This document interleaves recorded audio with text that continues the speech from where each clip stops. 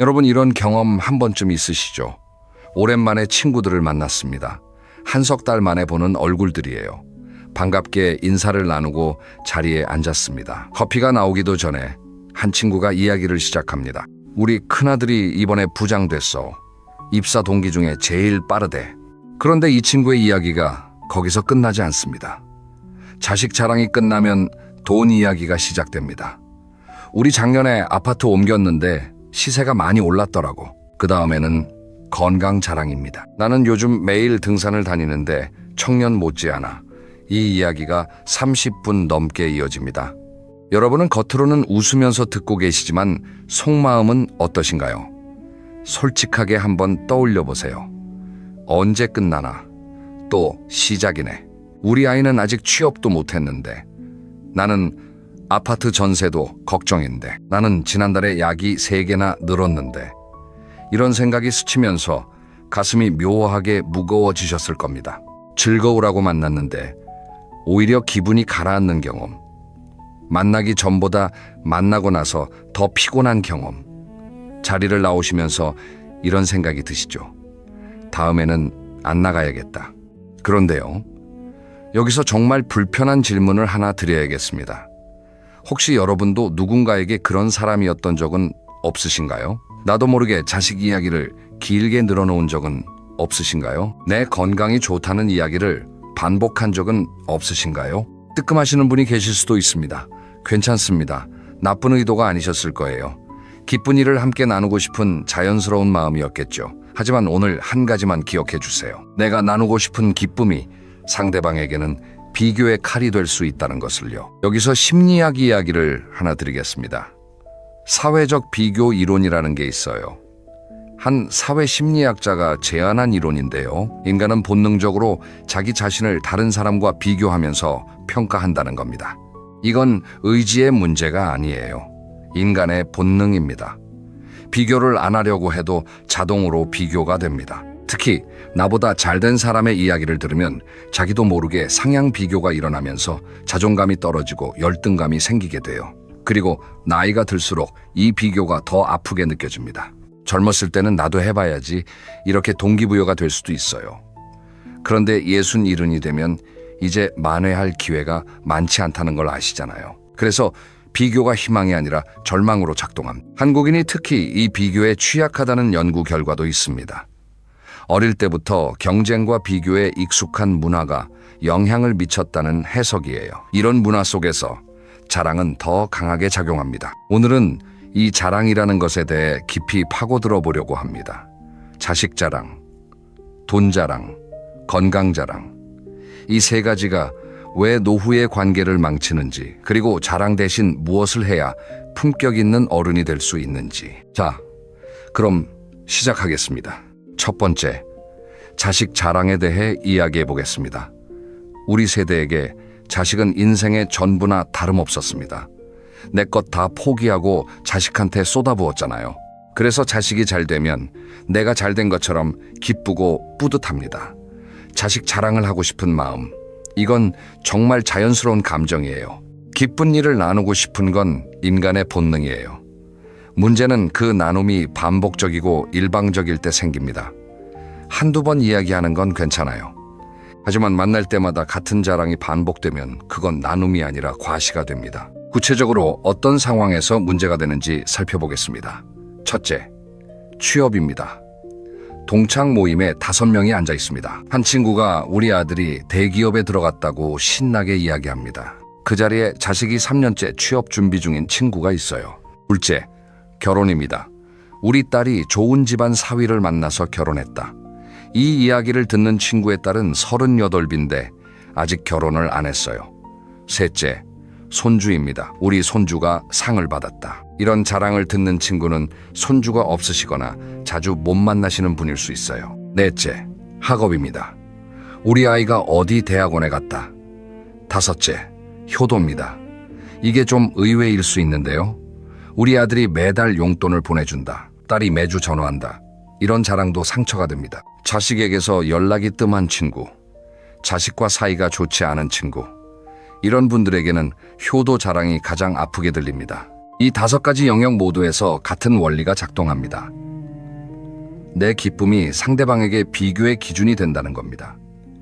그리고 한 가지 더 짚고 싶은 게 있어요. 자식이 잘 된 건 축하할 일이지만 순전히 내 공은 아닙니다. 자식의 성취를 내 성취처럼 자랑하면 내 정체성이 자식에게 종속되는 겁니다. 여기서 김 여사의 이야기를 들려드리겠습니다. 여러분들의 경험을 바탕으로 재구성한 이야기입니다.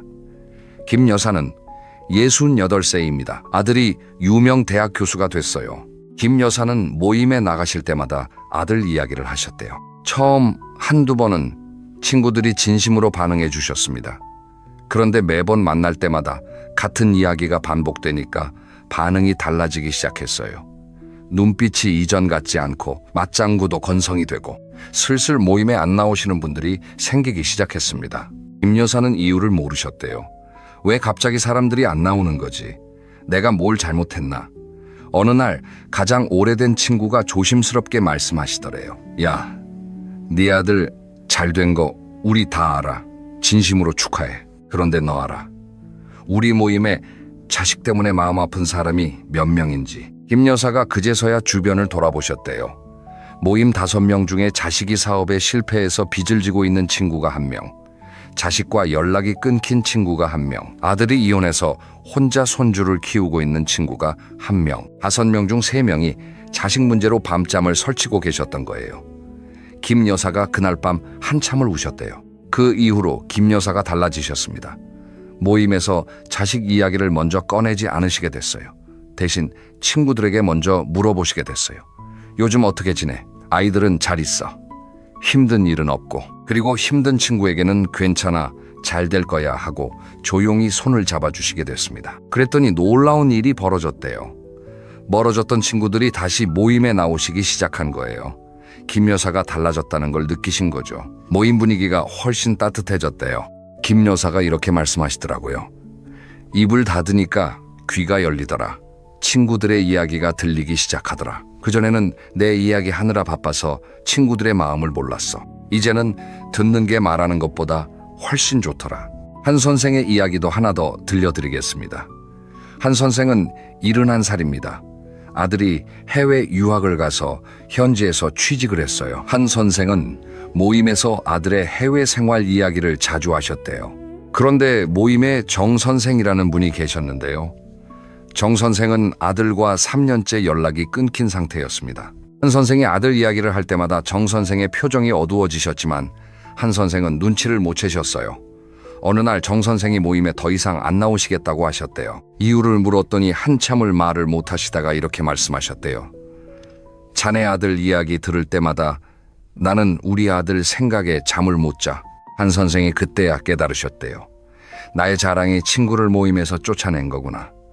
그 이후로 한 선생이 정 선생에게 먼저 연락을 하셨습니다. 자식 이야기는 일절하지 않고 그냥 밥 먹자, 산책하자 이렇게 해요. 둘이서 따로 만나시면서 조금씩 관계를 회복하고 계시다고 합니다. 이 두 에피소드에서 배울 수 있는 건 이겁니다. 자식 이야기를 꺼내는 게 나쁜 게 아니에요. 하지만 말하기 전에 3초만 생각해 보세요. 이 자리에 자식 때문에 마음 아픈 사람이 있지는 않을까? 그러면 자식 이야기를 아예 하면 안 되느냐? 그건 아닙니다. 다만 3가지 규칙을 지키시면 됩니다. 상대방이 먼저 물어볼 때 이야기하세요. 짧게 이야기하세요. 상대방의 이야기를 먼저 들으세요. 자, 2번째. 돈 자랑에 대해 이야기해 보겠습니다. 돈 이야기는 자식 이야기보다 더 민감합니다. 왜냐하면 돈은 곧 생존이니까요. 특히 은퇴 후에는 돈 문제가 삶의 모든 영역에 영향을 미칩니다. 이런 상황에서 누군가 자기 재산 이야기를 하면요. 그건 단순한 대화가 아니라 상대방의 불안을 건드리는 겁니다. 돈 자랑에는 2가지 종류가 있습니다. 직접적 자랑은 말 그대로 숫자를 말하는 겁니다. 문제는 간접적 자랑입니다. 이건 본인이 자랑인 줄 모르고 하시는 경우가 많아요. 지난주에 제주도 다녀왔는데 호텔이 정말 좋더라.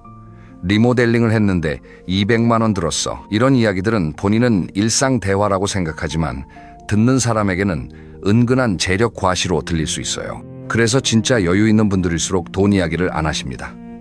내가 밥 살게 하는 건 괜찮습니다.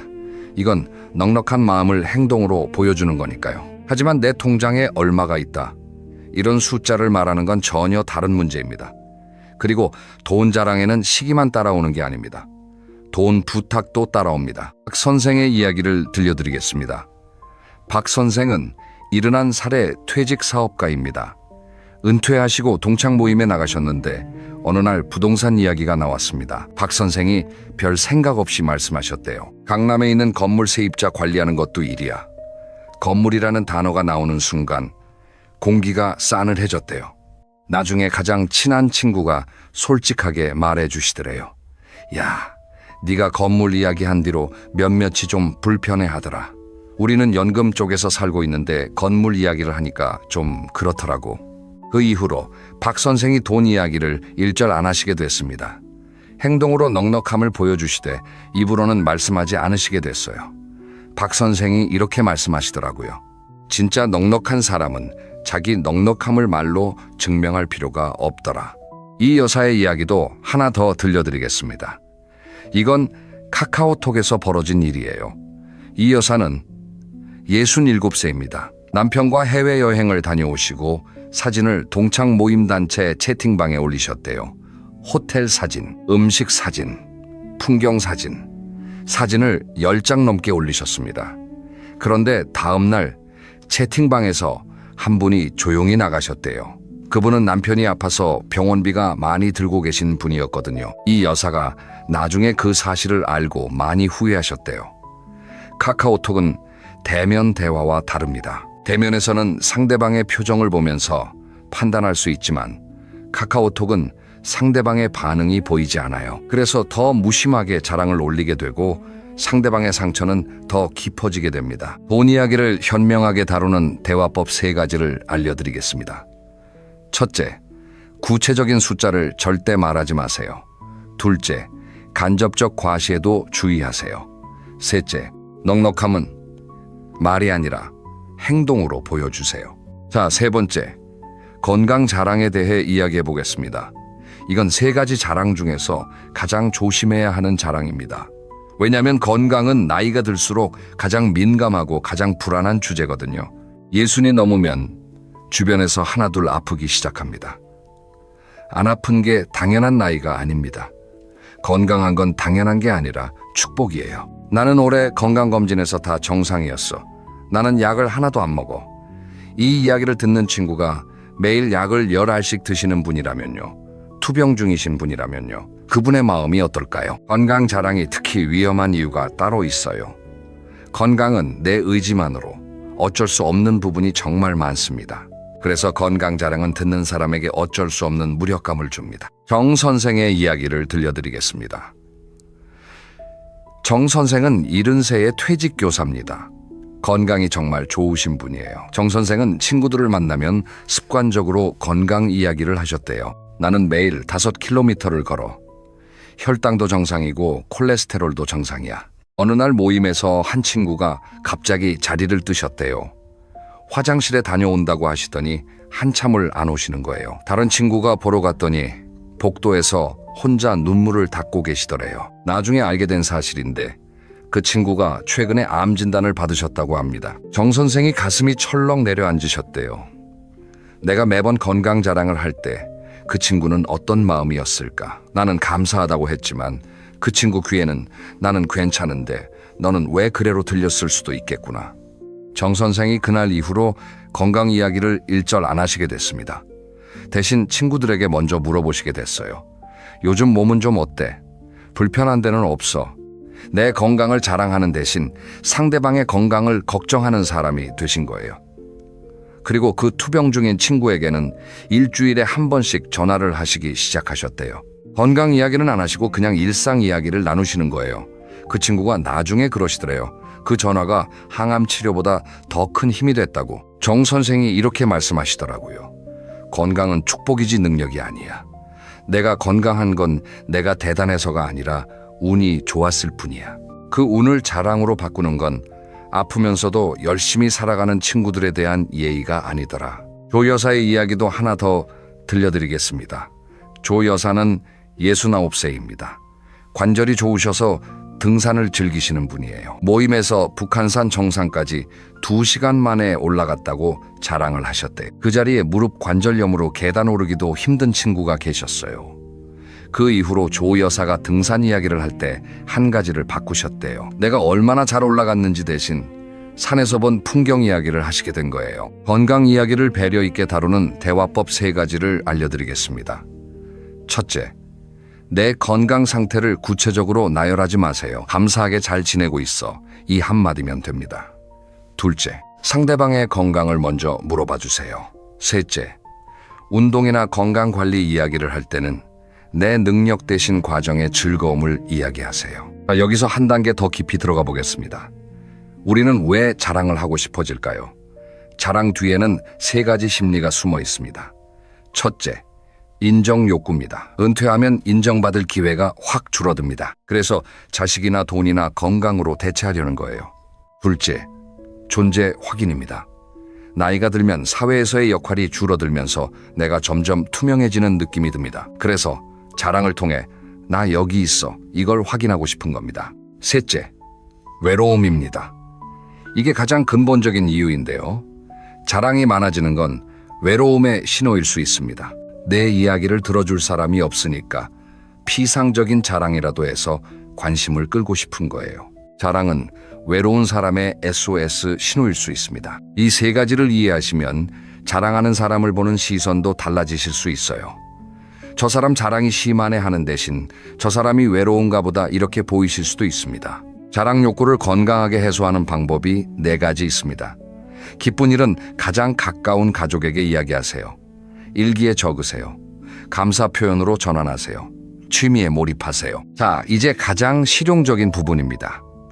자랑 대신 품격을 보여주는 대화법 7가지를 알려드리겠습니다.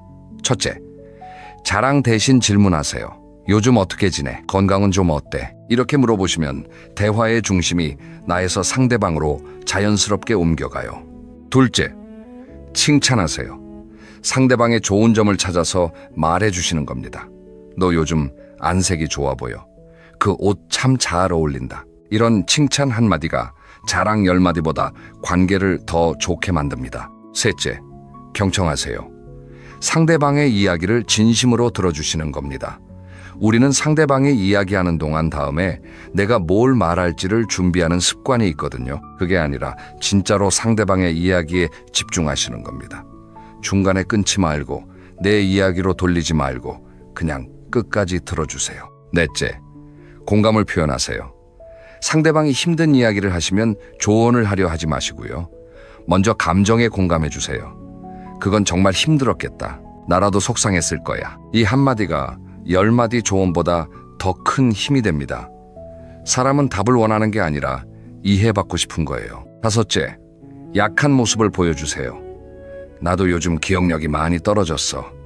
어제 열쇠를 어디 뒀는지 한참 찾았다니까. 이렇게 솔직하게 약한 모습을 보여주시면 상대방이 편안해집니다. 자랑은 벽을 쌓지만 솔직함은 다리를 놓습니다. 여섯째, 감사를 표현하세요. 모임에 나오시면 오늘 이렇게 만나서 정말 좋다. 이 나이에 이런 친구들이 있다는 게 참 감사하다. 이렇게 말씀해 보세요. 자랑은 나를 높이는 말이지만 감사는 상대방을 높이는 말입니다. 일곱째, 조언을 구하세요. 내가 잘 모르는 건데 네가 좀 알려줘. 이렇게 조언을 구하시면 상대방은 존중받는 느낌이 들어요. 자랑은 나는 잘났다는 메시지이지만 조언 구하기는 너를 인정한다는 메시지입니다. 이 7가지를 상황별로 어떻게 적용하는지 예시를 드리겠습니다. 동창 모임에서 내 자식 이야기를 하고 싶을 때 대신 이렇게 말해보세요. 우리 다 이 나이가 됐는데 각자 사는 이야기 좀 해보자. 너는 요즘 어떻게 지내? 동호회에서 내 건강을 자랑하고 싶을 때 대신 이렇게 말해보세요. 너는 요즘 건강관리 어떻게 하고 있어? 카카오톡에서 여행 사진을 올리고 싶을 때 잠깐 멈추시고 생각해보세요. 이 방에 이걸 보고 불편할 사람이 있지 않을까? 그리고 여기서 아주 실용적인 팁 하나를 드리겠습니다. 3초 규칙이에요. 자랑하고 싶은 말이 입에서 나오려고 할 때 3초만 참으세요. 하나, 둘, 셋. 이 3초 동안 딱 한 가지만 생각하시면 됩니다. 이 말을 듣는 사람의 상황은 어떨까? 3초만 생각하시면 대부분의 불필요한 자랑은 입 밖으로 나오지 않습니다. 여기서 최 부부의 이야기를 들려드리겠습니다. 최 선생 72, 최 여사 69, 결혼한 지 44년이 되신 부부예요. 이 부부에게는 특별한 습관이 하나 생겼습니다. 하루에 한 번씩 서로를 칭찬하시는 거예요. 아침에 최 여사가 밥을 차려주시면 최 선생이 오늘 된장찌개 정말 맛있다고 말씀하세요. 최 여사가 외출 준비를 하시면 오늘 좀 멋진데 하시고요. 최 여사도 마찬가지예요. 최 선생이 산책을 다녀오시면 당신은 정말 꾸준해 존경스러워 하시고요. 이 습관을 시작하신 건 2년 전부터래요. 처음에는 쑥스러우셨대요. 그런데 한 달, 2달 지나니까 놀라운 변화가 찾아왔습니다. 부부 사이가 눈에 띄게 좋아진 거예요. 그리고 최 여사가 깨달으신 게 있으시대요. 집에서 남편한테 인정받으니까 밖에서 자랑할 필요가 없어졌다는 거예요. 최 여사 말씀이 이랬습니다. 예전에는 모임에 나가면 나도 모르게 자랑을 했어. 그런데 지금은 안 해도 돼. 집에서 충분히 인정받고 있으니까 바깥에서 인정을 구걸할 필요가 없어진 거야. 유 선생의 이야기도 들려드리겠습니다. 유 선생은 69세의 퇴직 공무원입니다. 유 선생은 모임에서 자기 이야기를 거의 안 하시는 분이에요. 대신 다른 사람의 이야기를 정말 잘 들어주십니다. 누군가 이야기를 하면 고개를 끄덕이시면서 그래서 어떻게 됐어? 정말 대단하다. 이런 반응을 해주세요. 그런데 재밌는 게 있어요. 모임에서 유 선생이 가장 존경받는 분이시래요. 사람들이 유 선생을 만나면 편안하다고 해요. 유 선생에게 비결이 뭐냐고 물었더니 이렇게 대답하시더래요. 내가 특별한 걸 하는 게 아니야. 그냥 입을 닫고 귀를 여는 것뿐이야. 사람들은 자기 이야기를 들어줄 사람이 필요해. 내가 그 역할을 해주면 되는 거야. 자, 그러면 존경받는 어르신들에게는 어떤 공통점이 있을까요? 3가지 공통점이 있습니다. 첫째, 겸손입니다. 이분들은 자기를 낮추시는 게 아니에요. 자기를 있는 그대로 보시는 겁니다. 대단한 거 아니야. 운이 좋았을 뿐이야. 이런 말씀을 자연스럽게 하십니다. 둘째, 배려입니다. 내가 하고 싶은 말을 하기 전에 상대방의 상황을 먼저 생각하시는 분들이에요. 이 말이 상대방에게 어떻게 들릴까? 이 한 번의 생각이 모든 차이를 만듭니다. 셋째, 유머입니다. 존경받는 어르신들은 자기를 웃음의 소재로 삼으실 줄 아세요. 완벽한 척하는 사람보다 실수도 하고 웃기기도 한 사람이 훨씬 매력적이거든요. 이 3가지, 겸손, 배려, 유머, 이게 말하지 않아도 사람이 모이는 비밀입니다. 입을 닫으면 지혜가 열리고 마음을 열면 존경이 찾아옵니다. 마지막으로 실천 방법을 드리겠습니다. 자랑을 칭찬으로 바꾸는 40일 프로젝트예요. 습관을 바꾸려면 최소 40일이 필요하다고 합니다. 주차별로 정리해드리겠습니다. 첫째, 주 3초 규칙을 연습하세요. 자랑하고 싶은 말이 나오려 할 때 3초만 참으시는 겁니다. 둘째 주, 하루에 한 번 누군가를 칭찬하세요. 배우자든 친구든 이웃이든 가게 직원이든 누구든 좋습니다. 작은 칭찬 하나가 자랑 10개를 대체합니다. 셋째 주, 모임에서 질문을 3개 먼저 하세요. 내 이야기를 하기 전에 상대방에게 질문 3개를 던지는 겁니다. 요즘 어때? 건강은 좀 어때?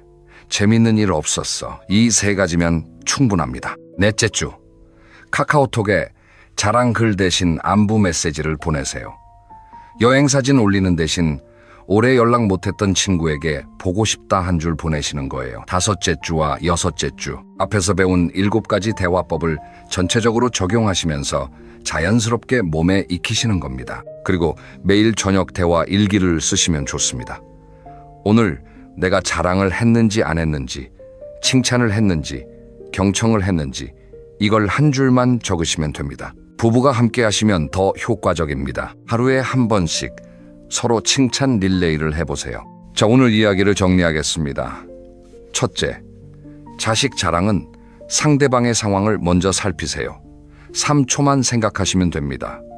둘째, 돈 자랑은 구체적인 숫자를 절대 말하지 마세요. 넉넉함은 말이 아니라 행동으로 보여주시면 됩니다. 셋째, 건강 자랑은 아픈 친구에게 가장 깊은 상처입니다. 건강은 축복이지 능력이 아닙니다. 넷째, 자랑 뒤에는 인정 욕구와 존재 확인과 외로움이 숨어 있습니다. 가장 가까운 사람에게 인정을 받으면 밖에서 자랑할 필요가 줄어듭니다. 다섯째, 간접적 자랑에도 주의하세요. 여행 사진, 외식 사진, 쇼핑 자랑도 경제적 과시로 들릴 수 있습니다.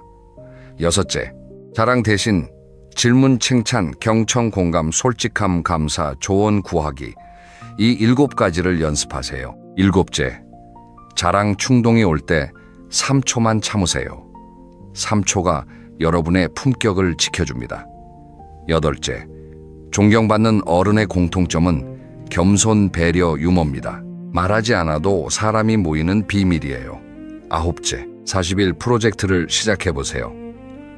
습관은 하루아침에 바뀌지 않지만 꾸준히 하시면 반드시 달라집니다. 여러분, 오늘 이 이야기를 들으시면서 혹시 나도 저랬었나 하는 생각이 드셨을 수도 있습니다.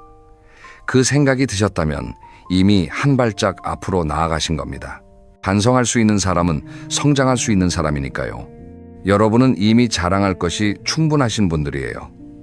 수십 년을 열심히 살아오셨고, 가정을 지키셨고, 자식을 키우셨고, 이 모든 게 자랑스러운 인생이에요. 이제는 그 풍요로움을 말이 아니라 태도로 보여주시면 됩니다. 말하지 않아도 빛나는 사람, 그게 진짜 멋진 어른입니다. 오늘 당장 하나만 해보세요. 카카오톡을 여세요. 자랑글을 올리려다가 한번 멈추시고요. 대신 오래 연락 못했던 친구에게 안부 한 줄 보내보세요. 요즘 잘 지내지? 보고 싶다. 이 한마디면 됩니다. 자랑 한 줄보다 안부 한 줄이 관계를 더 오래 지켜줍니다. 입을 닫으면 지혜가 열립니다. 마음을 열면 존경이 찾아옵니다. 오늘 영상이 도움이 되셨다면 좋아요 한번 눌러주시고요. 주변에 이 이야기가 필요하신 분이 계시면 조심스럽게 공유해 주세요. 함께 더 멋진 어른이 되어가면 좋겠습니다. 그럼 다음 영상에서 뵙겠습니다. 오늘도 건강하시고요. 행복한 하루 보내세요. 여러분 혹시 이런 경험 해보신 적 있으신가요? 자식한테 전화를 했는데 받지 않습니다. 문자를 보내도 한참 뒤에야 짧게 답장이 옵니다. 명절에 모여도 예전 같은 온기가 없습니다. 그런데 이상하게도 내가 뭘 잘못한 건지 도무지 모르겠습니다. 오히려 나는 자식한테 아낌없이 다 줬습니다. 내 속사정도, 내 걱정도, 내 돈사정도, 내 건강 이야기도 숨김없이 다 털어놨습니다. 가족이니까요. 가족한테는 비밀이 없어야 한다고 생각했으니까요. 그런데 말입니다. 오늘 이 영상을 다 보시고 나면 어쩌면 그 생각이 완전히 바뀌실 수 있습니다. 왜 자식이 점점 멀어지는지, 왜 내 진심이 닿지 않는지, 그 진짜 이유가 오늘 이 영상 안에 있습니다. 끝까지 함께 해주세요. 후반부에 가면 오늘 당장 실천할 수 있는 아주 구체적인 방법도 말씀드릴 겁니다. 절대 중간에 끄지 마세요. 자, 지금부터 시작합니다. 여러분은 자식에게 어떤 존재이신가요? 한번 솔직하게 생각해 보십시오. 자식이 여러분을 떠올릴 때 어떤 이미지가 먼저 떠오를까요? 언제나 걱정을 쏟아내는 부모일까요? 아니면 뭔가 궁금하고 어떻게 사시는지 자꾸 들여다보고 싶은 부모일까요? 조금 날카로운 비유를 하나 드려보겠습니다. 읽기 쉬운 만화책과 자꾸 들춰보고 싶은 고전 소설이 있습니다. 여러분은 자식에게 어느 쪽에 가까우신가요? 만화책은 한 번 보면 다 압니다. 내용이 뻔하고 다음 장이 어떻게 될지 이미 알고 있습니다. 그러니 다시 펼쳐보고 싶지 않습니다. 하지만 고전 소설은 다릅니다. 읽을 때마다 새로운 의미가 눈에 들어옵니다. 다 안다고 생각했는데 또 모르는 부분이 나옵니다. 그래서 자꾸 생각이 나고 다시 펼치게 됩니다. 모든 걸 다 보여주고 다 말하고 다 털어놓은 부모는 자식에게 만화책이 됩니다. 이미 다 아는 이야기니까 굳이 전화하지 않아도 됩니다. 굳이 찾아오지 않아도 됩니다. 반대로 적당한 비밀과 신비감을 가진 부모는 자식에게 고전 소설이 됩니다. 요즘 어떻게 사시는지 궁금합니다. 뭘 하고 계신지 들여다보고 싶습니다.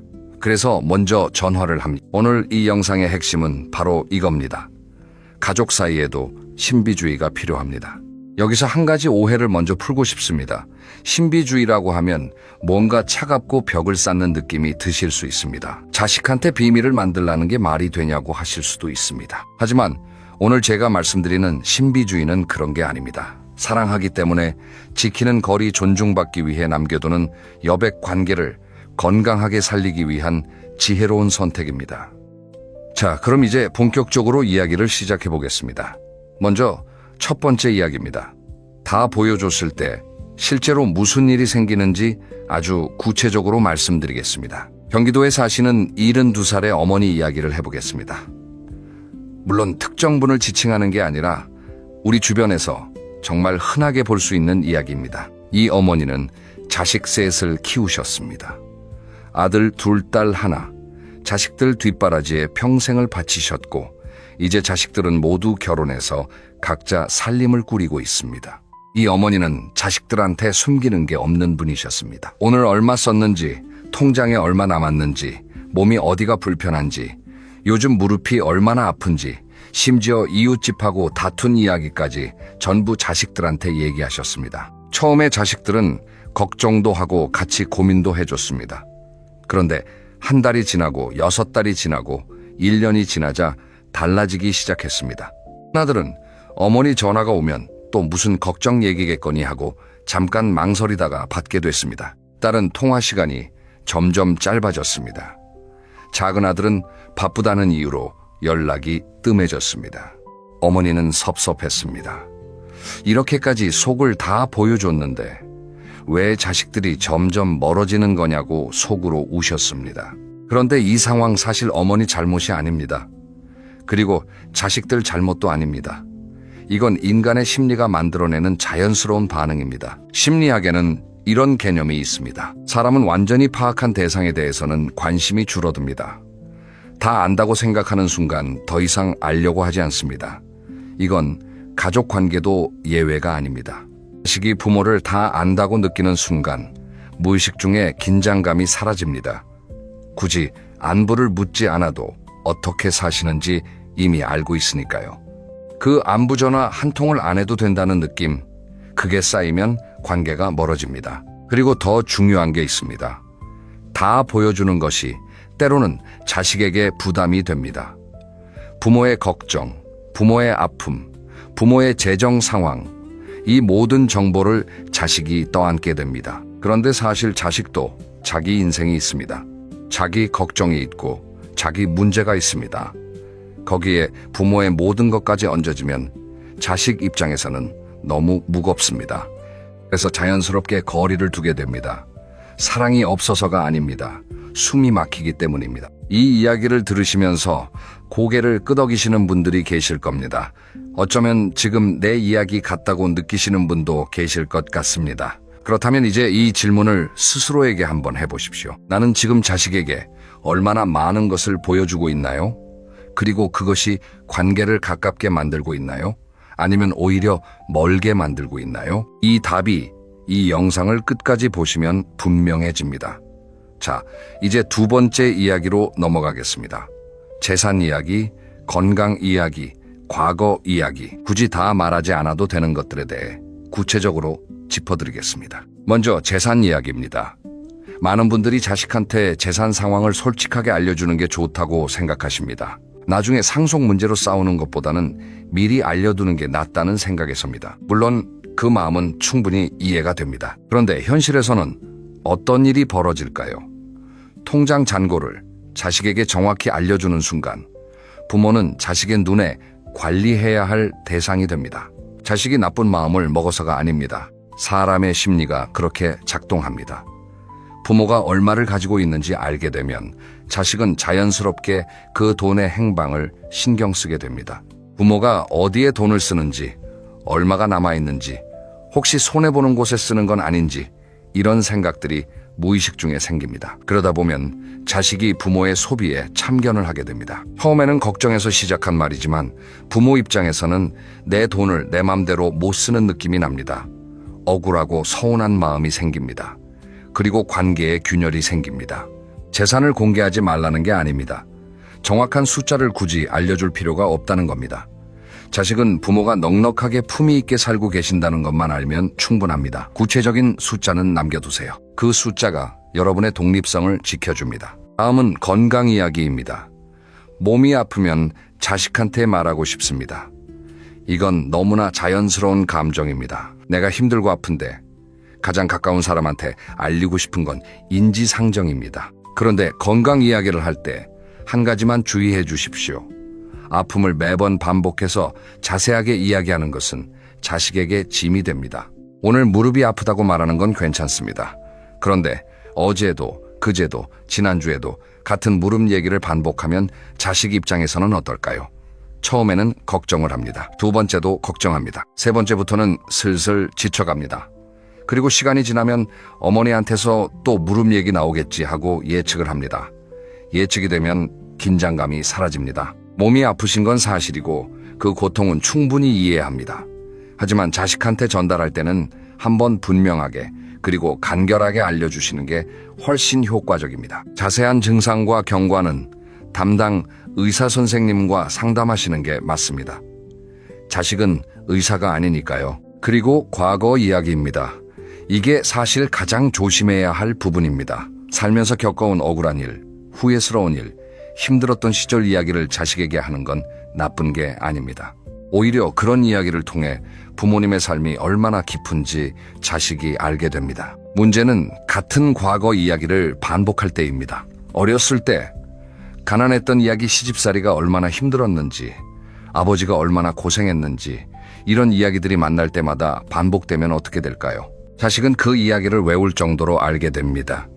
그리고 부모님이 말을 시작하는 순간 아, 또 그 이야기구나 하고 속으로 준비를 합니다. 경청하는 척을 하지만 사실은 귀를 닫고 있습니다. 부모님의 삶은 분명히 소중하고 깊습니다. 그러니까 더더욱 아무 때나 꺼내지 마세요. 특별한 순간에 자식이 정말 들을 준비가 됐을 때 꺼내는 이야기는 감동을 줍니다. 하지만 매번 꺼내는 이야기는 배경음악처럼 들리지 않게 됩니다. 자, 여기까지 들으셨으면 한 가지 공통점이 보이실 겁니다. 재산이든 건강이든 과거든 다 보여주고 다 말하는 게 문제가 아닙니다. 반복하고 지나치게 자세하게 상대가 원하지 않는데도 계속 쏟아내는 것이 문제입니다. 침묵은 관계를 끊는 게 아닙니다. 침묵은 관계를 보호합니다. 그렇다면 이제 세 번째 이야기로 넘어가겠습니다. 부모가 신비로운 존재가 되는 가장 강력한 방법, 독립적인 일상에 대해 말씀드리겠습니다. 자식 전화를 기다리며 하루를 보내시는 분 계신가요? 아침에 눈을 뜨면 오늘 혹시 연락이 올까 싶고, 저녁이 되면 왜 연락이 없지 싶고, 밤에는 섭섭한 마음이 듭니다. 그런데 이런 마음이 역설적으로 자식을 더 멀리 밀어냅니다. 왜 그럴까요?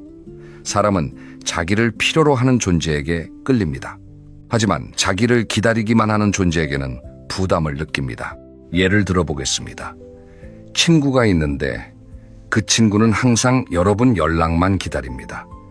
여러분이 연락을 안 하면 서운해하고 왜 연락이 없냐고 물어봅니다. 그 친구한테 연락하는 게 즐거우신가요? 아니면 조금 부담스러우신가요? 반면에 항상 바쁘게 자기 삶을 사는 친구가 있습니다. 가끔 연락하면 반갑게 받아주지만 연락이 없어도 자기 삶을 즐겁게 살고 있습니다. 그 친구한테 오히려 더 연락하고 싶지 않으신가요? 자식도 마찬가지입니다. 부모가 자기 삶으로 꽉 차 있을 때 자식은 부모가 궁금해집니다. 요즘 뭐 하시나? 어떻게 지내시나? 한번 연락드려야겠다는 생각이 자연스럽게 납니다. 그러면 어떻게 독립적인 일상을 만들까요? 생각보다 거창할 필요가 없습니다. 동네 산책 모임에 나가는 것도 좋습니다. 도서관 프로그램을 이용하는 것도 좋습니다. 좋아하는 텃밭 가꾸기, 그림 그리기, 노래 배우기도 좋습니다. 중요한 건 내용이 아닙니다. 내가 나만의 시간과 공간을 가지고 있다는 것 그 자체가 중요합니다. 그리고 그 이야기를 자식한테 할 때도 다 말하지 마세요. 요즘 바빠라고만 해도 충분합니다. 자식이 뭐가 바쁘냐고 물으면 요즘 새로운 거 배우고 있어 정도면 됩니다. 자세한 내용은 굳이 설명하지 마세요. 그러면 자식은 궁금해집니다. 엄마가 아버지가 요즘 뭘 하시는 거지? 그 궁금증이 다음 연락으로 이어집니다. 핵심은 이겁니다. 자식이 부모를 다 안다고 느끼는 순간 연락의 이유가 사라집니다. 하지만 부모가 나만의 세계를 가지고 있을 때 자식에게는 연락할 이유가 생깁니다. 자, 이제 중간 지점을 지나고 있습니다. 여기서 잠깐 쉬어가겠습니다. 지금까지 말씀드린 내용을 한 줄로 정리하면 이렇습니다. 다 보여주는 것이 사랑이 아니라 적당히 남겨두는 것이 관계를 살립니다. 그런데 이 이야기를 들으시면서 이런 생각이 드시는 분도 계실 겁니다. 그래도 가족인데 너무 계산적으로 사는 것 아닌가요? 자식한테 숨기는 게 좀 이상하지 않나요? 이 질문에 대해서 바로 다음 챕터에서 제대로 답해드리겠습니다. 경계선이라는 게 뭔지, 그리고 그게 왜 관계를 더 따뜻하게 만드는지 사례와 함께 말씀드리겠습니다. 잠깐 물 한 모금 드시고 계속 가보겠습니다. 자, 네 번째 이야기입니다. 건강한 경계선 만들기입니다. 경계선이라는 단어, 처음에는 좀 딱딱하게 들리실 수 있습니다. 군사 경계선처럼 서로 넘어오지 말자는 그런 느낌이요. 하지만 오늘 말씀드리는 경계선은 전혀 그런 의미가 아닙니다. 좋은 담장은 좋은 이웃을 만든다라는 말이 있습니다. 서로의 공간을 존중하는 담장이 있어야 이웃 사이가 좋다는 뜻입니다. 가족 관계도 마찬가지입니다. 지나치게 경계가 없으면 오히려 서로가 서로에게 상처를 줍니다. 예를 들어볼게요. 어머니가 아들 집에 예고 없이 방문합니다. 청소도 해주고 밥도 해주고 싶은 마음에서입니다. 그런데 아들 내외 입장에서는 갑작스러운 방문이 부담스럽습니다. 맞이할 준비가 안 됐으니까요. 반대로 아들이 부모님 생활에 이래라 저래라 참견합니다. 그 돈 왜 쓰냐? 그 사람 왜 만나냐? 좋은 마음에서 하는 말이지만 부모 입장에서는 내 인생을 침범당하는 느낌이 납니다. 이런 일들이 반복되면 관계가 틀어집니다. 그리고 나중에는 서로 상처를 입고 왜 그렇게 됐는지도 모른 채 멀어집니다. 경계선이 없어서 생기는 문제입니다. 그렇다면 부모 입장에서 어떤 경계선을 만들면 좋을까요? 첫째, 자식의 가정사에는 먼저 개입하지 않습니다. 물어보기 전까지는 의견을 말하지 않는 것이 원칙입니다. 며느리가 어떻다, 사위가 어떻다는 이야기는 가능하면 하지 않는 게 좋습니다. 자식이 먼저 조언을 구할 때만 그때 천천히 말씀해 주세요. 둘째, 자식 집 방문은 미리 약속을 잡습니다. 불쑥 방문은 아무리 좋은 마음에서 해도 상대방에게 부담이 됩니다. 언제 오면 괜찮겠냐고 미리 물어보시는 게 훨씬 환영받습니다. 셋째, 자식에게 나의 모든 감정을 쏟아내지 않습니다. 섭섭하고 외로운 마음은 당연히 드십니다. 하지만 그 감정을 전부 자식에게 털어놓으면 자식은 죄책감을 느낍니다. 죄책감은 관계를 멀게 만드는 감정입니다. 넷째, 내가 받은 걸 요구하지 않습니다. 내가 이만큼 해줬으니 자식도 이만큼 해야 한다는 생각은 서로를 피곤하게 만듭니다. 해줄 수 있을 때 해주고 기대하지 않는 것이 관계를 오래 이어주는 비결입니다. 이 네 가지가 처음에는 어색하게 느껴지실 수 있습니다.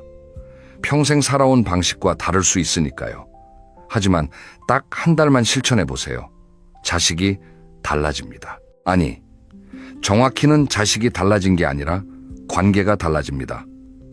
그리고 그 변화가 느껴지기 시작하면 절대 예전 방식으로 돌아가고 싶지 않으실 겁니다. 경계선은 벽이 아닙니다. 경계선은 창문입니다. 서로의 공간을 지키면서도 서로를 볼 수 있게 해주는 창문입니다. 이제 다섯 번째 이야기로 넘어갑니다.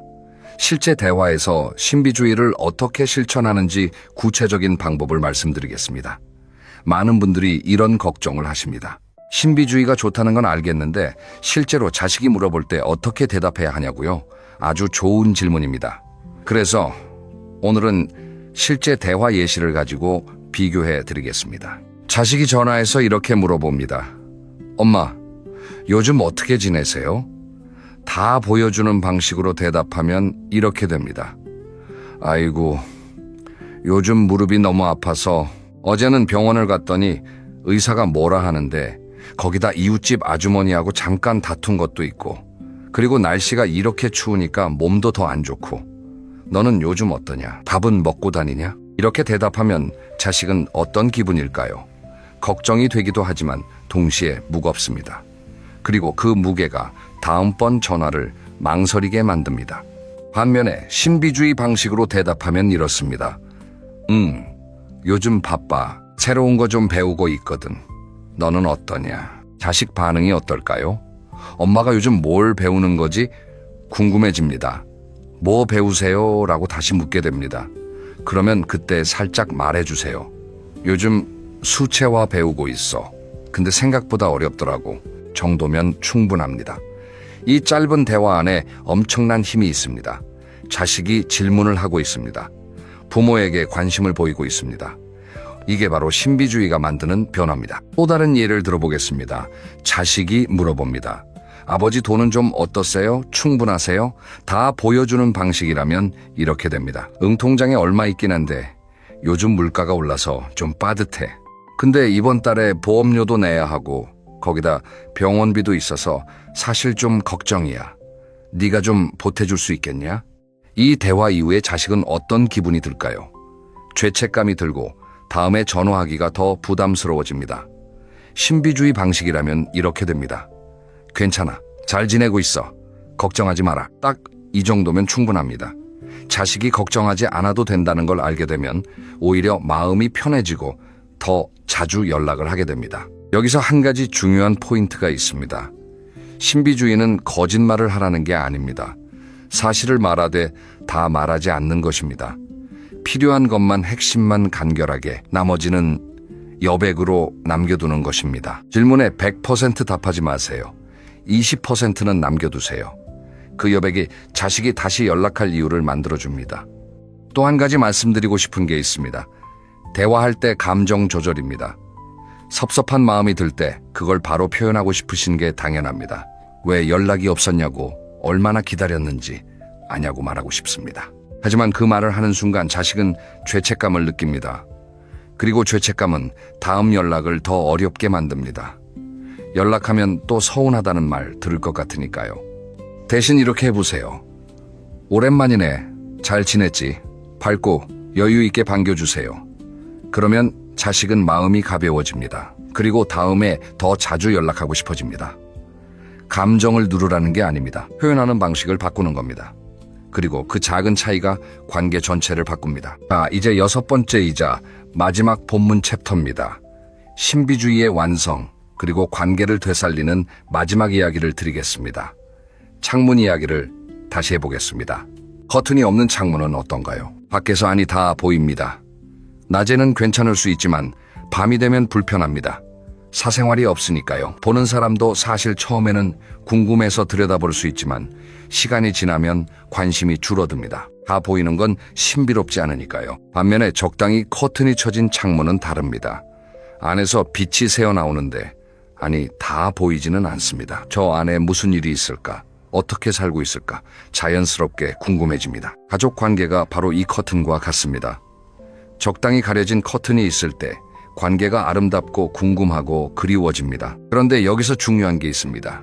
신비주의는 처음 시작할 때가 제일 어렵습니다. 왜냐하면 그동안 다 보여주는 방식으로 살아오셨기 때문입니다. 갑자기 말수가 줄고 행동이 바뀌면 자식이 이상하게 생각할 수도 있습니다.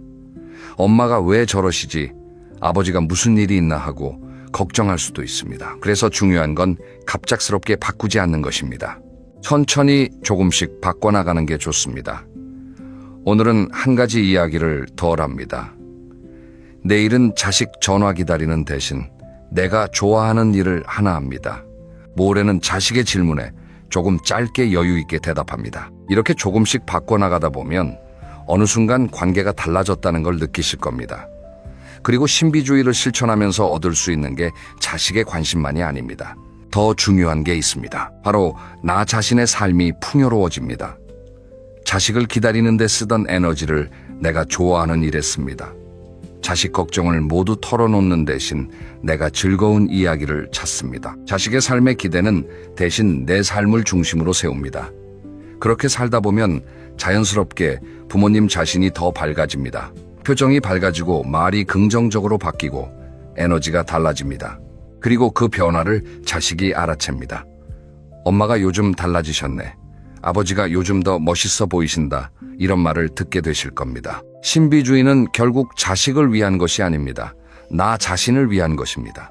내 삶을 더 풍요롭고 빛나게 만드는 것, 그게 결국 가장 좋은 관계를 만드는 길입니다. 심리학자들은 이런 말을 합니다. 가장 매력적인 사람은 자기 삶을 충분히 사는 사람이라고. 자식이 많아서도 아니고 재산이 많아서도 아니고 자기 삶을 즐기고 충실하게 사는 사람이 가장 빛난다고 합니다. 그 빛이 자식을 끌어당깁니다. 그 빛이 먼저 연락하게 만듭니다. 이제 마무리를 향해 가고 있습니다. 오늘 저는 6가지 이야기를 드렸습니다. 첫째, 모든 걸 다 보여주면 상대방의 관심과 존중이 줄어든다는 것입니다. 익숙함이 무례함으로 바뀌는 건 가족 사이에서도 일어납니다. 둘째, 재산과 건강과 과거 이야기는 필요한 만큼만 반복하지 않는 것이 관계를 지킵니다. 침묵은 관계를 끊는 게 아니라 보호합니다. 셋째, 자식 전화를 기다리는 대신 나만의 바쁜 일상을 만드는 것이 자식이 먼저 연락하게 만드는 가장 효과적인 방법입니다. 넷째, 건강한 경계선은 벽이 아니라 창문입니다. 서로의 공간을 지키면서도 서로를 볼 수 있게 해주는 창문입니다. 다섯째, 대화할 때 20%의 여백을 남겨두세요. 그 여백이 자식이 다시 연락할 이유를 만들어줍니다. 여섯째, 신비주의는 자식을 위한 게 아니라 나 자신을 위한 겁니다. 내 삶을 풍요롭게 살 때 가장 좋은 관계가 만들어집니다. 이 6가지를 한 번에 다 실천하려고 하시면 부담스럽습니다. 오늘은 딱 한 가지만 골라서 시작해보세요. 가장 쉬운 것부터 시작하십시오. 자식이 어떻게 지내냐고 물을 때 오늘은 조금 짧게 대답해보세요. 아빠 요즘 좋은 거 배우고 있어. 이 2마디면 충분합니다. 그리고 자식의 반응을 지켜보세요. 달라지는 게 느껴지실 겁니다. 마지막으로 드리고 싶은 말이 있습니다. 여러분, 이 자식을 사랑하지 않아서 모든 걸 털어놓으신 게 아닙니다. 너무 사랑하기 때문에 숨기지 않으셨습니다. 그 마음은 정말 아름다운 겁니다. 하지만 사랑의 표현 방식을 조금 바꾸면 그 사랑이 훨씬 더 멀리, 더 오래, 더 따뜻하게 전달될 수 있습니다. 가족은 투명한 유리창이 아니라 적당히 가려진 커튼이어야 아름답습니다. 오늘부터 여러분의 삶에 적당한 커튼을 치세요. 자식이 그 커튼 너머를 궁금해하는 날이 반드시 옵니다. 여러분의 관계가 더 따뜻하고 더 건강하게 이어지기를 진심으로 응원합니다. 오늘 영상 끝까지 함께 해주셔서 정말 감사합니다. 그리고 다음 영상에서는 이런 이야기를 드릴 겁니다. 자식한테 용돈을 받는 부모와 안 받는 부모, 어떤 부모가 더 존중받을까요? 돈과 관계 사이의 심리학, 다음 영상에서 아주 솔직하게 풀어드리겠습니다. 알림 설정해 두시면 놓치지 않으실 수 있습니다. 오늘도 건강하고 행복한 하루 보내세요. 감사합니다. 여러분, 혹시 살면서 이런 말 많이 들으셨나요? 참 착하시다. 성격이 너무 좋으시다. 항상 남을 먼저 챙기시는 분이시다. 이 말 들으실 때 기분이 어떠셨어요? 아마 나쁘지 않으셨을 겁니다. 칭찬이니까요. 그런데 오늘 제가 좀 불편한 질문을 하나 드려보겠습니다. 그 착하다는 말, 정말 칭찬이었을까요? 혹시 이런 뜻은 아니었을까요? 이 사람은 부탁하면 뭐든 다 들어준다. 이 사람은 거절을 못한다. 이 사람한테는 뭘 시켜도 불평을 안 한다. 한번 떠올려 보세요. 모임에서 항상 뒷정리를 하신 분이 누구였나요? 명절에 혼자서 부엌에 계신 분이 누구였나요? 자식들 문제가 생기면 밤잠을 설치며 걱정하신 분이 누구였나요? 친구가 돈이 급하다고 하면 자기 생활비를 쪼개서 빌려주신 분이 누구였나요? 다 여러분 아니셨나요? 그리고 그렇게 다 해주시고 나서 돌아오는 건 뭐였나요? 고맙다는 말 한마디였나요? 아니면 다음에 또 해줘야 하는 일이었나요? 우리 세대는 착하게 살라는 말을 들으며 자랐습니다. 참는 게 미덕이고 양보하는 게 덕이고 남을 먼저 챙기는 게 사람 도리라고 배웠어요. 학교에서도 그렇게 가르쳤고 부모님도 그렇게 말씀하셨고 사회 전체가 그렇게 요구했습니다. 그래서 평생을 참았습니다. 직장에서 참고, 가정에서 참고, 친구 사이에서 참고, 동네에서도 참고, 내 감정은 꾹꾹 눌러놓고 남이 원하는 대로 맞춰 살았어요. 그런데 은퇴하고 나이가 드시니까 이상한 걸 느끼시게 됩니다. 평생 착하게 살았는데 왜 이렇게 허전할까? 여기서 한 가지 구분을 해드려야 할 것 같습니다. 세상에는 세 종류의 착한 사람이 있습니다. 첫 번째는 진짜 착한 사람입니다. 마음에서 우러나서 남을 돕는 사람. 두 번째는 참는 사람입니다. 속으로는 싫은데 겉으로는 괜찮다고 하는 사람. 세 번째는 눈치 보는 사람입니다. 거절하면 관계가 끊어질까봐 무조건 맞추는 사람. 여러분은 어디에 해당하시나요? 첫 번째라면 문제 없습니다. 하지만 두 번째나 세 번째에 해당하신다면 오늘 이 영상을 끝까지 봐주세요. 여러분의 남은 인생이 달라질 수 있습니다. 오늘 이야기의 핵심은 이겁니다. 이제 착한 사람 소리 좀 그만 들으셔도 됩니다. 남에게 좋은 사람이 되려고 애쓰는 대신 나에게 좋은 사람이 되시면 됩니다. 그 방법을 오늘 구체적으로 알려드리겠습니다. 자, 그럼 시작하겠습니다. 먼저 왜 착한 사람이 불행해지는지부터 깊이 들여다보겠습니다. 심리학에서 착한 사람, 콤플렉스라는 개념이 있습니다. 이건 타인에게 착한 사람으로 보이기 위해 자기 감정을 솔직하게 표현하지 못하고 상대방의 요구에 지나치게 맞추려는 심리적 경향을 말합니다.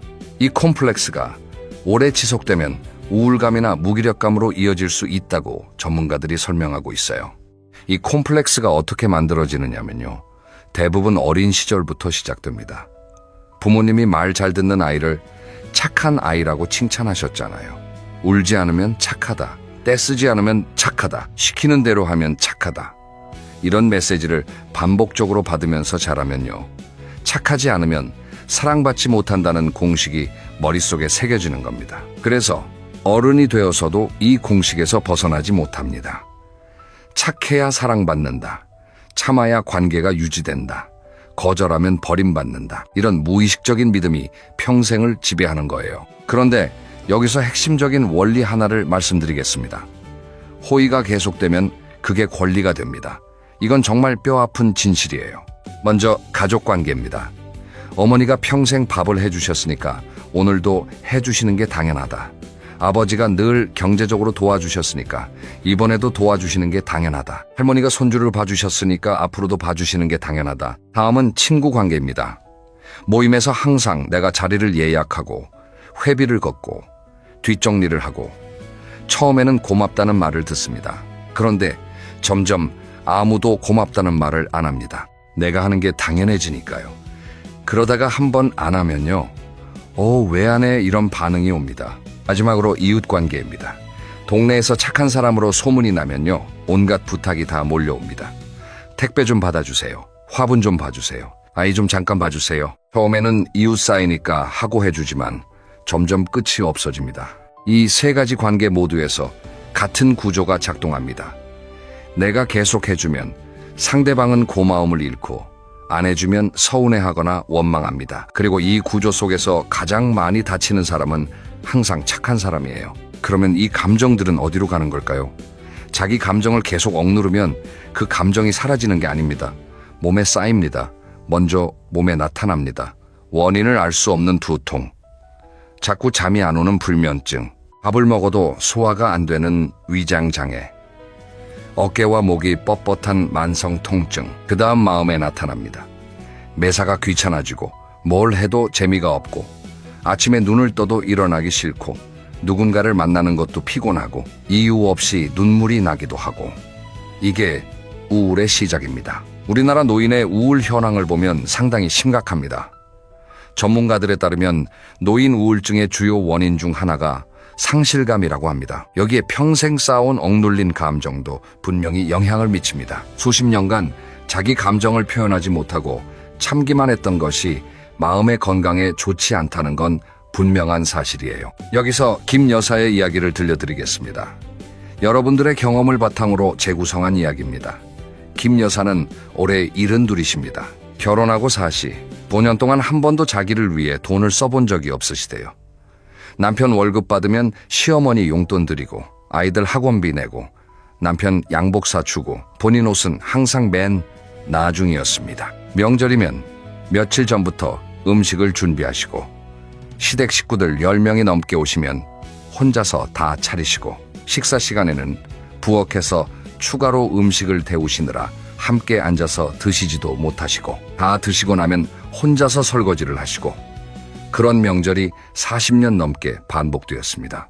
한 번은 시누이가 그러셨대요. 올케 음식 솜씨가 좋아서 우리는 참 편해. 이 말을 칭찬으로 받아들여야 할까요? 아니면 앞으로도 계속 이렇게 해달라는 기대로 받아들여야 할까요? 남편이 퇴직하고 나서도 구조는 바뀌지 않았습니다.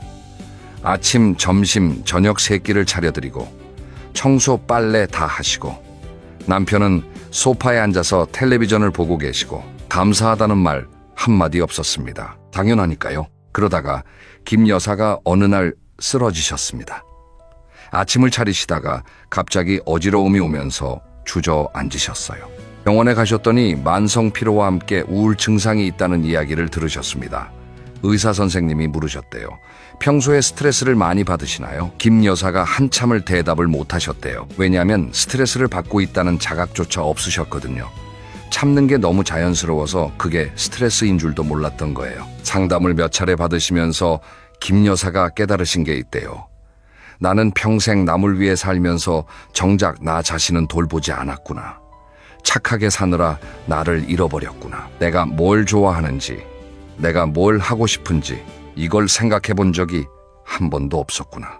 자, 그런데 여기서 중요한 질문이 나옵니다. 그러면 왜 우리는 거절을 못하는 걸까요? 이유가 세 가지 있습니다. 첫째, 버림받을 두려움입니다. 내가 거절하면 이 사람이 나를 싫어하지 않을까? 관계가 끊어지지 않을까? 이런 두려움이 무의식 깊은 곳에 있어요. 둘째, 체면의식입니다. 우리 문화에서는 거절하는 게 무례하다는 인식이 강합니다. 남이 부탁하는데 안 된다고 하면 인색한 사람, 매정한 사람 이렇게 보일까봐 두려운 거예요. 셋째, 죄책감입니다. 내가 도와줄 수 있는 상황인데 안 도와주면 미안하잖아요. 나는 할 수 있는데 안 하는 게 양심에 걸려서 결국 해주게 됩니다. 하지만 할 수 있다는 것과 해야 한다는 것은 전혀 다른 이야기예요. 이 세 가지가 합쳐지면 악순환이 생깁니다. 부탁이 온다. 거절하고 싶다. 하지만 두렵다. 그래서 들어준다.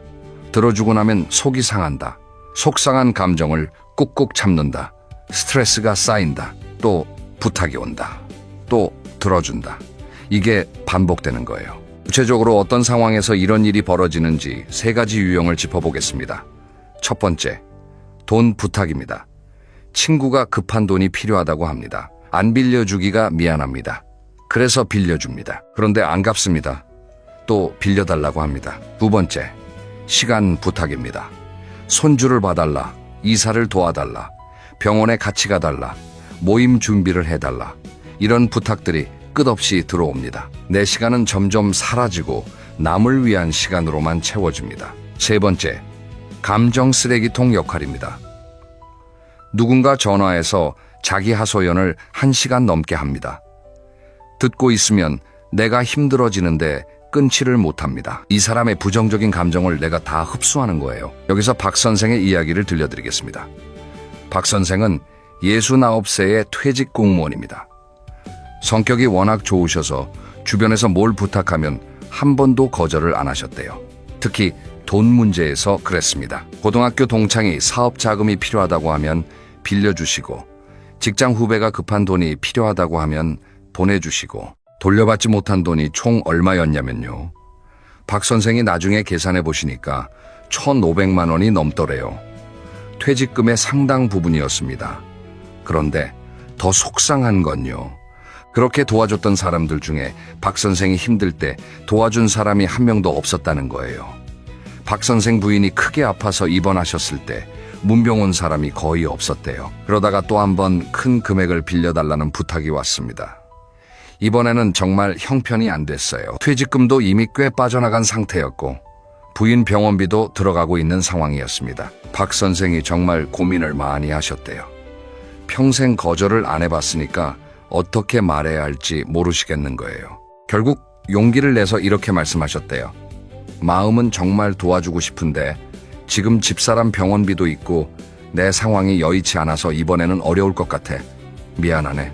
상대방이 어떻게 반응했을까요? 서운해할 줄 알았대요. 관계가 끝날 줄 알았대요. 그런데 의외의 반응이 돌아왔습니다. 아, 그래. 내 사정도 있지. 내가 생각이 짧았다. 사모님 빨리 쾌차하시길 바란다. 박 선생이 놀라셨대요. 거절했는데 관계가 안 망가지더라. 오히려 상대방이 내 상황을 이해해 주더라. 그리고 더 놀라운 건요. 거절을 하고 나니까 마음이 그렇게 편할 수가 없었대요. 수십 년간 짊어지고 있던 짐을 하나 내려놓은 것 같았다고 합니다. 이 경험 이후로 박 선생이 달라지셨습니다. 무조건 다 들어주는 게 아니라 내 상황을 먼저 생각하고 결정하시게 된 거예요. 그랬더니 오히려 주변에서 박 선생을 더 존중하게 되었대요. 박 선생이 이렇게 말씀하시더라고요.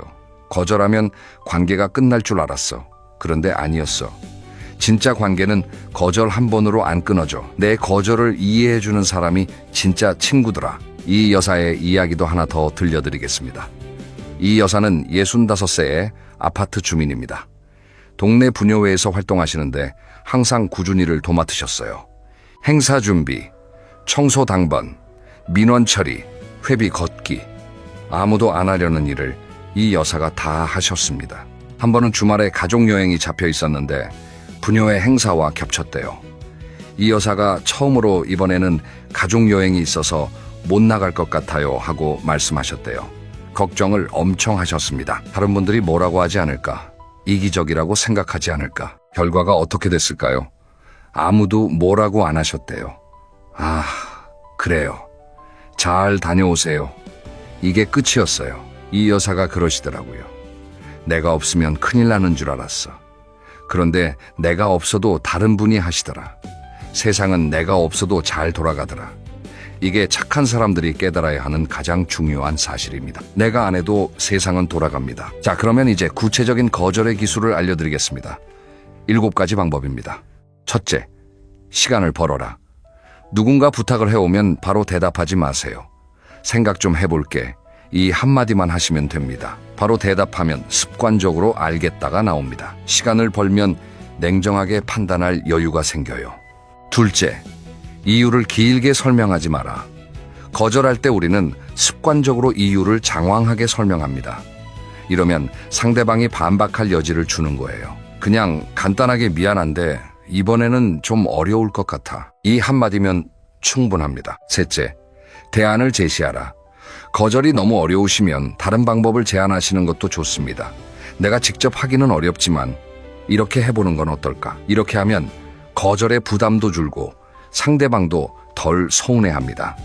넷째, 미안하다는 말을 과도하게 하지 마라. 거절할 때 미안해를 반복하시면 오히려 내가 큰 잘못을 한 것 같은 느낌이 들어요. 거절은 잘못이 아닙니다. 담담하게 한 번만 양해를 구하시면 됩니다. 다섯째, 연습하라. 이게 정말 중요합니다. 거울 앞에서 연습하시는 거예요. 미안하지만 이번에는 어려울 것 같아. 이 문장을 소리내어 10번만 말해보세요. 처음에는 어색하지만 반복하면 입에 붙습니다. 여섯째, 문자를 활용하라. 직접 얼굴을 보고 거절하기가 너무 어려우시면 문자나 카카오톡으로 하시는 것도 방법입니다. 글로 쓰면 감정에 휩쓸리지 않고 차분하게 내 입장을 전할 수 있어요. 일곱째, 부부간에도 연습하라. 배우자에게도 거절할 수 있어야 합니다. 오늘은 좀 피곤해서 저녁은 간단하게 먹자. 오늘은 혼자 좀 쉬고 싶어. 이런 말을 배우자에게 할 수 있어야 해요. 가장 가까운 사람에게 솔직해질 수 있으면 다른 사람에게도 자연스럽게 됩니다. 여기서 상황별로 어떻게 말하면 되는지 예시를 몇 가지 더 드리겠습니다. 돈 부탁을 받았을 때, 손주 돌봄을 추가로 해달라고 할 때, 모임 참석을 강요할 때, 감정 하소연 전화가 너무 길어질 때, 여기서 최 여사의 이야기를 하나 더 들려드리겠습니다. 최 여사는 67세입니다. 평생 거절이라는 걸 해본 적이 없으신 분이에요. 그러다가 용기를 내서 처음으로 거절을 해보셨대요. 교회 봉사활동에서 항상 설거지를 맡으셨는데 이번에는 다른 봉사를 해보고 싶다고 말씀하신 거예요.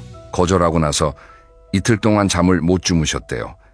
다른 분들이 나를 이기적이라고 생각하면 어쩌지, 서운해하면 어쩌지, 이 생각이 머리에서 떠나지 않았다고 합니다. 그런데 사흘째 되니까 좀 편해지시더래요. 일주일이 지나니까 아무 일도 안 일어났다는 걸 아시게 됐어요. 최 여사가 그러시더라고요.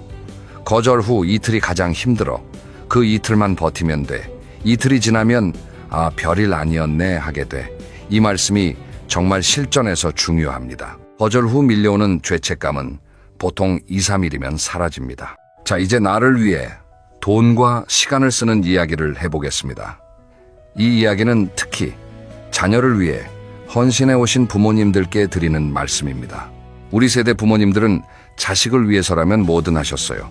대학 등록금, 결혼자금, 전세자금, 손주 양육비, 자식한테 들어간 돈이 얼마인지 세어보신 적 있으시나요? 그리고 돈만 드는 게 아니에요. 시간도 드립니다. 그런데 한 가지만 여쭤보겠습니다. 그렇게 다 해주신 뒤에 정작 여러분은 행복하신가요? 솔직히 많은 분들이 아니라고 대답하실 겁니다. 다 해줬는데 고마운 줄 모른다. 다 해줬는데 당연하게 여긴다. 그리고 하나 더. 계속 경제적으로 도와주는 게 자녀에게도 꼭 좋은 건 아닙니다. 부모가 계속 뒷바라지를 해주면 자녀는 스스로 서는 힘을, 길을, 기회를 잃게 됩니다. 여기서 비행기 산소 마스크 비유를 한번 들어보겠습니다. 비행기를 타시면 안전 안내 방송에서 이런 말을 하죠. 산소 마스크가 내려오면 먼저 본인이 착용하신 후 옆 사람을 도와주세요. 왜 내가 먼저 써야 할까요? 내가 쓰러지면 옆 사람을 도울 수 없으니까요.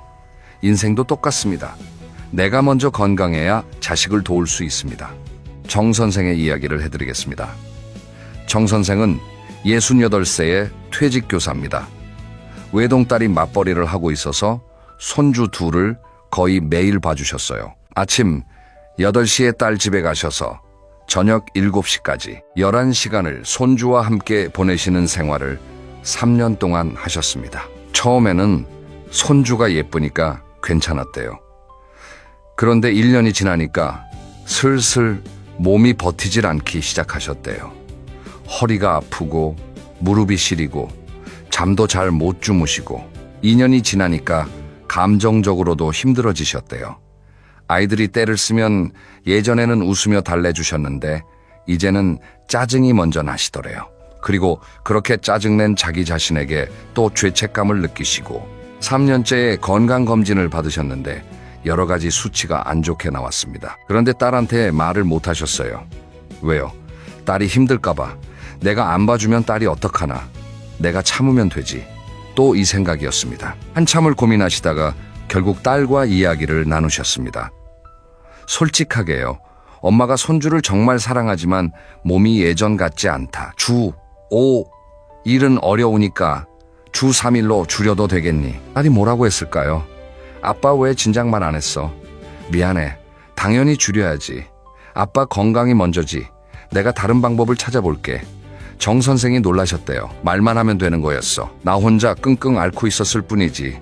딸은 다 이해해 주더라. 손주 돌봄을 주 3일로 줄이시고 남는 이틀에서의 교실과 걷기 모임에 등록하셨습니다. 그게 지금 2년째인데요. 서예하시는 날과 걷기 모임 가시는 날이 일주일 중 가장 행복한 날이라고 하시더라고요. 그리고 재미있는 변화가 있었어요. 손주 돌봄을 줄였는데 오히려 손주랑 더 잘 놀아주시게 됐대요.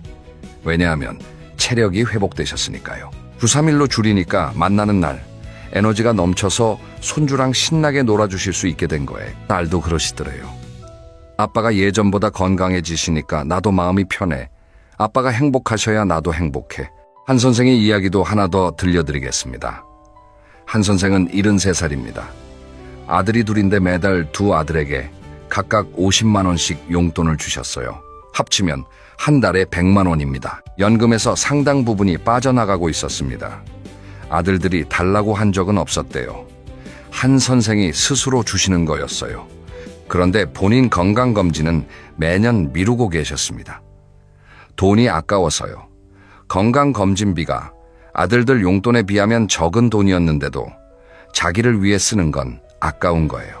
어느 날 건강이 안 좋으셔서 할 수 없이 병원에 가셨는데 조기에 발견할 수 있는 것을 늦게 발견하셨대요. 의사 선생님이 정기 검진을 받으셨으면 더 일찍 알 수 있었을 텐데 하시더래요. 그때 한 선생이 깨달으셨대요.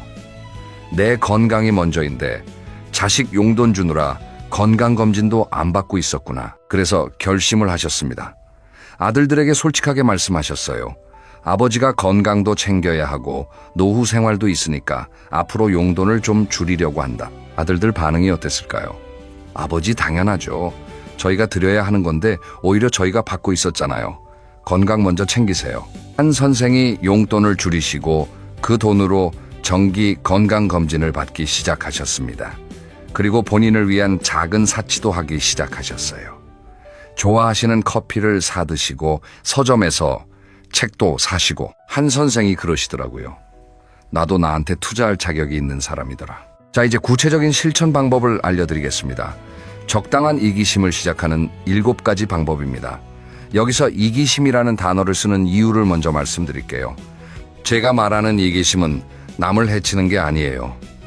나를 먼저 돌보는 힘입니다. 자기 존중이에요. 첫째, 하루에 한 번 나를 위한 결정을 하세요. 오늘 점심은 내가 먹고 싶은 걸 먹겠다. 오늘 저녁에는 내가 보고 싶은 프로그램을 보겠다.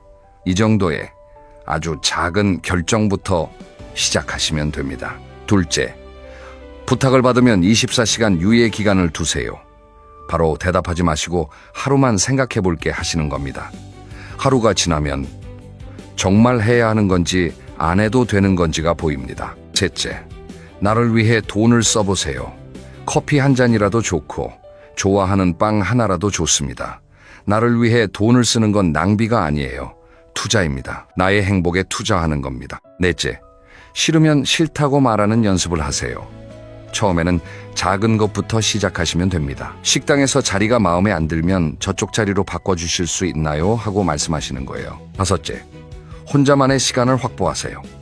매일 1시간이든 30분이든 나만을 위한 시간을 정하시는 겁니다. 이 시간에는 남의 부탁도 안 받고 오직 내가 하고 싶은 걸 합니다. 여섯째, 감사 일기를 쓰시면서 내 감정을 인식하세요. 매일 저녁 오늘 내가 느꼈던 감정을 한 줄만 적으시는 겁니다. 오늘 뭐가 좋았는지, 뭐가 불편했는지, 뭐가 속상했는지. 이걸 쓰다 보면 내가 평소에 얼마나 많은 감정을 무시하고 살았는지 보이기 시작합니다. 일곱째, 부부 사이에서 의견을 표현하는 연습을 하세요. 가장 가까운 사람에게 솔직해질 수 있으면 다른 관계에서도 자연스럽게 됩니다. 오늘 저녁은 내가 먹고 싶은 걸로 하자. 오늘은 좀 쉬고 싶어. 이런 작은 말부터 시작해보세요. 이 7가지를 한꺼번에 다 하시려면 부담스러우실 겁니다. 그래서 단계별로 하시면 좋습니다. 첫째 주에는 하루에 한 번 나를 위한 작은 결정만 하세요. 둘째 주에는 부탁을 받았을 때 바로 대답하지 않는 연습을 더 하세요. 셋째 주에는 나를 위해 작은 돈을 써보시고, 넷째 주에는 혼자만의 시간을 정하시고 감사 일기를 시작하세요. 한 달이면 작지만 확실한 변화를 느끼실 수 있습니다. 여기서 최 부부의 이야기를 들려드리겠습니다. 최 선생 71살, 최 여사 68살. 두 분이 결혼한 지 43년이 되셨습니다. 43년 동안 최 여사에게는 오래된 습관이 있으셨어요. 뭘 먹을까 물으면 아무거나, 어디 갈까 물으면 당신이 정해, 뭐 하고 싶어 물으면 나는 괜찮아. 항상 이런 식이었습니다. 어느 날 최 여사가 결심을 하셨습니다. 오늘부터 아무거나라는 말을 안 하기로요. 남편이 저녁 뭐 먹을까 하고 물었을 때 최 여사가 이렇게 대답하셨대요. 오늘은 칼국수가 먹고 싶어. 최 선생이 좀 놀라셨대요. 43년 만에 처음 듣는 구체적인 대답이었으니까요. 그날부터 최 여사가 조금씩 자기 의견을 말씀하시기 시작하셨습니다. 일주일에 3번은 최 여사가 식사 메뉴를 정하시고, 한 달에 한 번은 최 여사가 가고 싶은 곳을 정하시기로 약속하셨습니다. 최 선생이 처음에는 좀 당황하셨지만 금세 적응하셨대요. 오히려 좋으시더래요. 평소에 안 가던 식당에 가보시고 안 가던 곳에 가보시고 새로운 경험이 많아졌다고요. 최 여사가 그러시더라고요. 43년 동안 아무거나라고 했는데 사실 아무거나가 아니었어. 나도 먹고 싶은 게 있었고 가고 싶은 데가 있었어. 그걸 이제야 말하게 됐어. 자, 이제 마지막 이야기를 해보겠습니다. 진짜 착한 것과 참는 것의 차이에 대해서요. 비유를 하나 들어볼게요. 여기 물컵이 하나 있다고 상상해 보세요. 진짜 착한 건요, 내 컵이 물로 가득 차서 넘쳐 흐르는 것을 나누는 겁니다. 참는 건요, 내 컵이 비어 있는데 남의 컵에 따라주는 겁니다. 내가 목이 마른데 남한테 물을 주는 거예요. 여러분의 컵은 지금 어떤 상태인가요? 넘쳐 흐르고 있나요? 아니면 바닥이 보이나요? 바닥이 보이신다면 먼저 내 컵을 채우셔야 합니다. 앞에서 말씀드린 모든 것들이 다 내 컵을 채우는 방법입니다. 이 모든 게 한 방울 한 방울 내 컵에 물을 채우는 행위입니다. 자기 존중이 생기면 관계도 변합니다. 내가 나를 존중하기 시작하면 자녀들이 달라집니다. 친구 관계도 마찬가지입니다. 무조건 다 맞춰주던 때는 가볍게 대하던 친구가 내가 안 되면 안 된다고 하니까 오히려 나를 더 존중하게 됩니다. 이웃 관계도 달라집니다. 여기서 두 분의 사례를 짧게 더 소개해드리겠습니다. 유 여사는 73의 퇴직 간호사입니다. 올해부터는 나를 먼저 돌보겠다고 결심하셨어요. 건강검진 먼저 받고 운동 먼저 하고 남는 에너지로 남을 돕겠다. 그렇게 하시니까 건강해지셨고 남을 도울 때도 더 기쁘게 도울 수 있게 되셨대요. 디테어 유 여사가 그러시더라고요. 나를 먼저 채우니까 남에게 줄 것도 더 많아지더라. 조 선생은 68세의 퇴직 회사원입니다. 일주일에 하루는 내 마음대로 하는 날로 정하셨습니다. 매주 수요일 혼자 등산도 가시고 맛집 탐방도 하시고 조 선생이 그러시더라고요. 이 하루가 나머지 6날을 버티게 해줘. 자, 오늘 이야기를 정리하겠습니다. 첫째, 착한 사람 콤플렉스는 자기 감정을 억누르고 남에게 맞추는 오래된 습관입니다. 둘째, 호의가 계속되면 권리가 됩니다.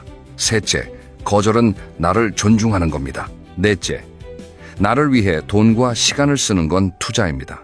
다섯째, 하루에 한 번 작은 것부터 내 마음대로 결정하는 연습을 하세요. 여섯째, 부부 사이에서도 솔직하게 의견을 표현하세요.